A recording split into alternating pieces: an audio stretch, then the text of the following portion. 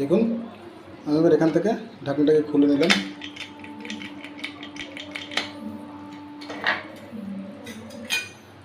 দেখুন দেখতে কত সুন্দর হয়েছে। চলুন এবার গরম মশলার গুঁড়োটা দিয়ে নামিয়ে নিই। চলুন অল্প করে আমি একটু গরম মশলার গুঁড়ো অ্যাড করলাম এখানে।